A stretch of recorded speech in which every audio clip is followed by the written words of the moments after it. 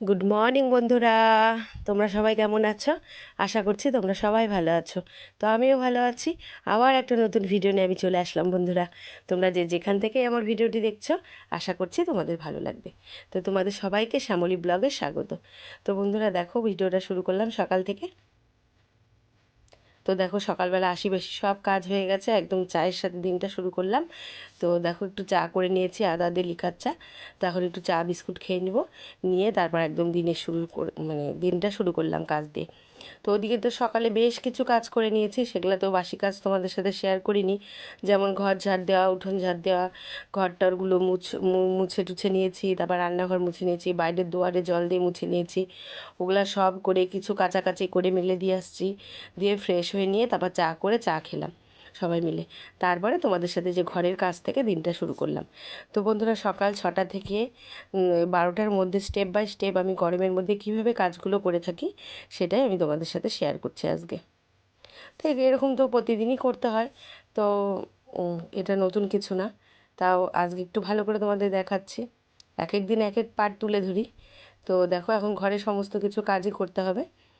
তো ওদিকে ভাতও বসিয়ে দিয়ে এসছি, একটু ডাল বসিয়েও দিয়ে এসছি। এখন বাদবাকি রান্নাবাড়িও করবো, আগে ঘরের কাজ কিছুটা সামলে নিই তারপরে। তো ফার্নিচার এগুলো তো মুছতেই হয়, ডেলিকার জানো, একটু ধুলোর আস্তরণ পড়েই। তো এগুলো একদম মুছে টুছে নিয়ে বিছানাপত্র ঝেড়ে পরিষ্কার, মানে ঘরের কাজটা একটু ডিপ ক্লিন করে নিয়ে তারপর তোমার রান্নাবাড়ির দিকেও যাব। ওদিকে ভাত হচ্ছে, ডাল হচ্ছে গ্যাসে। তো ভাবলাম এদিকের কাজগুলো মোটামুটি সেরে তারপর একদম রান্নার দিকে ভালো মতো ঢুকে যাবো আর কি। কিছু সবজিপাতিও কাটতে হবে। আর আজকে বন্ধুরা বেশ ভালো গরম পড়েছে গো। দুদিন আগে বেশ বৃষ্টি হলো, একটু ঠান্ডা ঠান্ডা ওয়েদারটা ছিল। এখন আবার দুদিন হলো বেশ রোদটাও বেশ করা হচ্ছে, আর গরমও খুব গরম পড়েছে জানো, বেশ ভালো গরম। তো দেখো, আমার ঘরের সব কিছু ঝাড় মানে ডিপ ক্লিন করে একটু মোছা টোছাও হয়ে গেল। আর এই যে ঘরে চেয়ারগুলো থাকে, এগুলোতে অনেক সময় বসা টসা হয়, আবার এটা ওটা রাখিও। তো এগুলাও একটু মুছে নিচ্ছি, ধুলোর আস্তরণ তো একটা পরেই। তো সব মুছে নিই। ঘর কিন্তু আমি সকালে একবার মুছে নিয়েছি ঝাড় দিয়ে। তো এখন যেহেতু এগুলো একটু ঝাড়াঝাড়ি করলাম, তো সেই জন্য ঘরে একটু ধুলো ধুলো হয়ে গেল। তো ভাবছি এখন ঘরগুলো আর একটু ঝাড় দিয়ে নেব। তো ওই ঘরটাও তো আমার একটা খাট পাতা আছে, ছেলের বই টই থাকে, আলনা থাকে, আর একটা চেয়ার থাকে। ওই ঘর, ওটাও একটা বেডরুম, মানে এই বেডরুমটা একটু বড়, ওই বেডরুমটা একটু ছোট। তার পাশেও একটা সাইড রুম আছে ওই পাশটাতে। তো আমাদের বাড়িতে যেদিন পুজো হয়েছিল সেদিন তোমাদের দেখিয়েছিলাম। তো ওই পাশটাতে না আমাদের দোকান যেহেতু আছে, একটা কাপড়ের দোকান। তো ওই পাশের ছোট্ট সাইড রুমটাতে অত আমার কাজ করতে হয় না, মাঝে মাঝে পরিষ্কার করে দিলেই হয়। ওই ঘরটাতে দোকানের মাল থাকে আর কি। তো সেই জন্য ওই ঘরটা অত দেখায় না, আর কম কাজ করতে হয় ওটা বেশি, মানে প্রতিদিন ওটা পরিষ্কার করতে হয় না, পরিষ্কারই থাকে। মাঝে মাঝে একটু ঝাড়ঝাঁটা দিয়ে দিই তাই। তো এই দুটো ঘরই প্রতিদিন চলমান মানুষ বসবাস করলে যা হয়, পরিষ্কার তো রাখতেই হয়। তো এই ঘরগুলো এখন পরিষ্কার করে নিয়ে তারপর তোমার রান্না করব।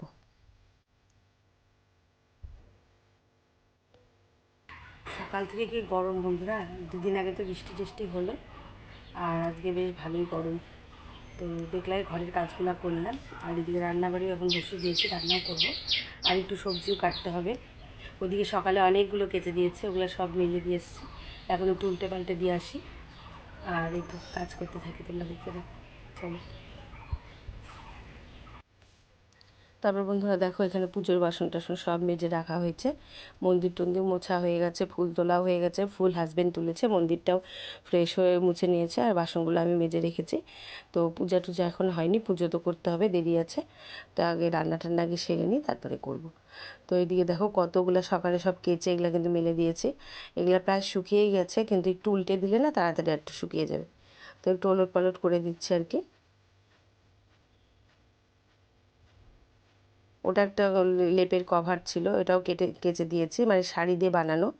এ বাদেও একটা প্রিন্টের কভার আছে, ওটা আলাদা। তো এটাও না শাড়ি দিয়ে, সুতির শাড়ি দিয়ে বানিয়েছিলাম, বেশ মানে গায়ে দিয়ে কভারটা আরাম। তো এখন তো আর লাগছে না লেপ কাঁথা। তো সেগুলো সব কেচে কেচে রোদে দিয়ে উঠিয়ে দিচ্ছে আর কি। তো দেখো, এখানে জামা প্যান্টগুলো এগুলো সবই কেচেছি সকালে। তো একটু ওলট পালট করে দিলে না তাড়াতাড়ি শুকিয়ে যাবে। আর যে রোদ, তাড়াতাড়ি তো শুকিয়েই যাচ্ছে পাপড়ের মতো। তা উঠিয়ে নিব তাড়াতাড়ি শুকোলে আর কি। আমি এরকম করি জানো, উল্টানোটা তোমাদের দেখাই না, মেলাটাই হয়তো দেখায়, কিন্তু মাঝখানে মাঝখানে না আমি এরকম উল্টে পাল্টে দিই জামা কাপড়, তাহলে তাড়াতাড়ি শুকিয়ে যায়।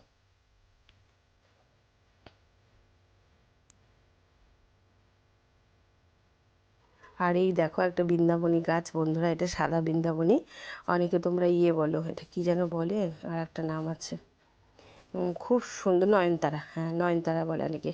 এটা তোমার সাদা নয়নতারা, এত গাছটা যেমন হেলদি তেমন ঝাপড়া, দেখো প্রচুর ফুল ফোটে, সকালবেলা কিন্তু অলরেডি ফুল তোলা হয়ে গেছে। এটা দুটো একটা ফুল হাজব্যান্ড রেখেছে আর কি গাছে, ওই তো ফুল টুল তোলে। তো দেখো খুব সুন্দর গাছ ভরে এই গাছটাতে নয়নতারা হয় কিন্তু। এবারেও একটা লাল লাল টাইপের নয়নতারাও আছে। আর এখানে দেখো কিছু লঙ্কা গাছও লাগিয়ে দিয়েছে আমার হাজব্যান্ড, চারিদিকে না বন্ধুরা লঙ্কা গাছ লাগিয়ে দিয়েছে। আর এটা তো এই যে দেখো এমনি মিনি গোলাপ, ছোটো ছোটো গোলাপ যেগুলো হয়, লোকাল গোলাপ, তো এই গোলাপগুলো বেশ ভালো লাগে। তো এগুলো হয়ে অনেক কটা ফুটেছে, তাই তোমাদের একটু দেখালাম। আর এখানে দেখো বন্ধুরা আমার মানি প্ল্যান্ট গাছটা কি সুন্দর গ্লো করেছে। সকালবেলা না এগুলো সব বাগানের দিকের গাছে আমার হাজব্যান্ড জল দিয়ে দেয়। তো দুটো একটা হলুদ পাতা দেখতে পাচ্ছি, তো তাই একটু পরিষ্কার করে দিলাম, মানে ছিঁড়ে ফেলে দিচ্ছি, হলুদ পাতা তো রাখতে হয় না।